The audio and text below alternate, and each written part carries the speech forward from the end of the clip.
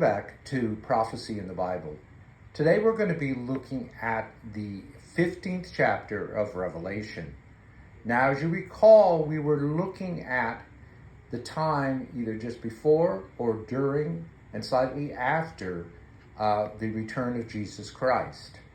That we did in chapter 14. Now in chapter 15, we're going to be looking at what's going on in heaven just after Jesus Christ had returned to this earth.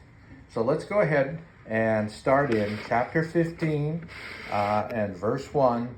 We're going to be looking at the 7 plagues. Then I saw in heaven another sign, great and awe-inspiring, 7 angels with the 7 last plagues, for through them God's fury is accomplished. Now again, it mentions the fact that this is taking place in heaven at this particular time, and we're having these 7 angels with these particular plagues.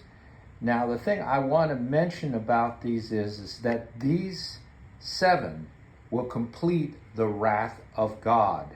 And these really are the same, basically like the seals, the trumpets, the thunders, the plagues. They all are basically the same thing. We're just looking at it from a different profile. So that's important to keep in mind. Verse 2.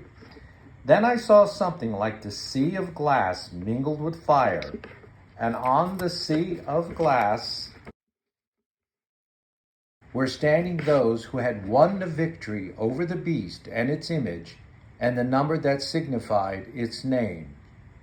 They were holding harps, and they sang the song of Moses, the servant of God, and the song of the Lamb.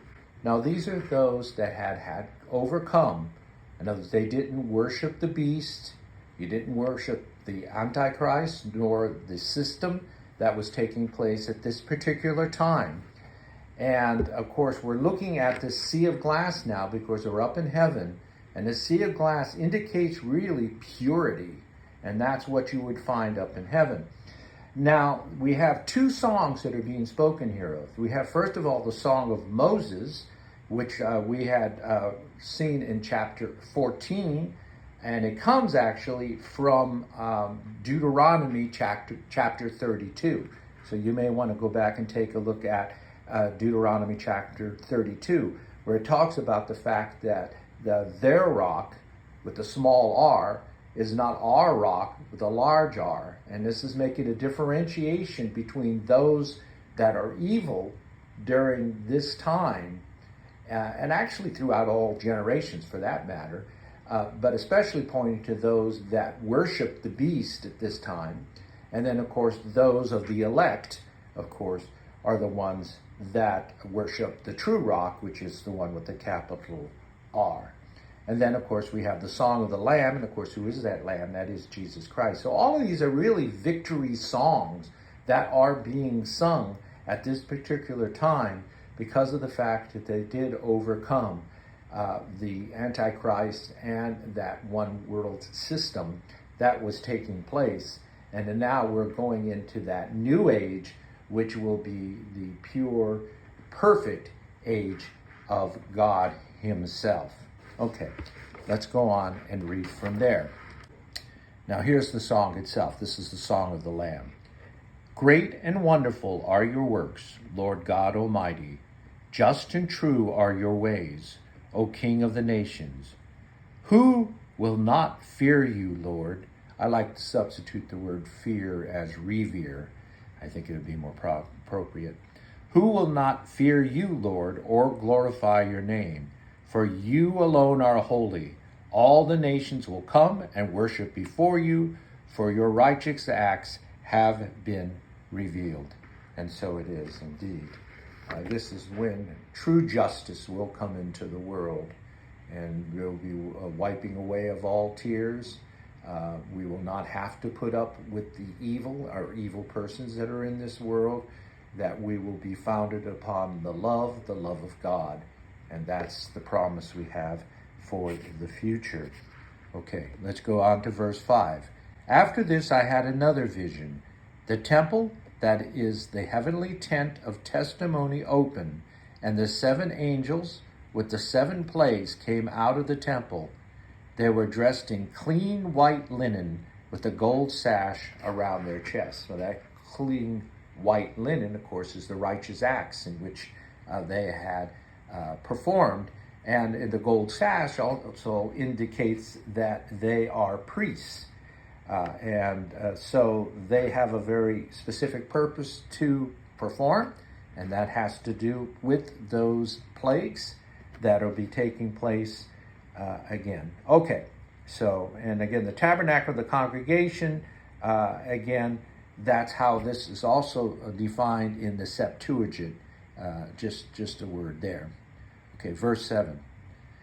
One of the 4 living creatures gave the 7 angels 7 golden bowls filled with the fury of God, who lives forever and ever. And then the temple became so filled with the smoke from God's glory and might that no one could enter it until the 7 plagues of the 7 angels had been accomplished. So again, these are filled with God's wrath. We have the smoke, which is the glory or the presence of God that's being spoken of. And so at this point, what is happening in heaven is the fact that no man is able to enter into the temple until the 7 plagues were fulfilled. And then only Christ returns to earth again during the millennial reign, which is that 1,000-year period. And it's not until after the millennium that the true Godhead will be here in fact. And of course, Ezekiel talks more about that.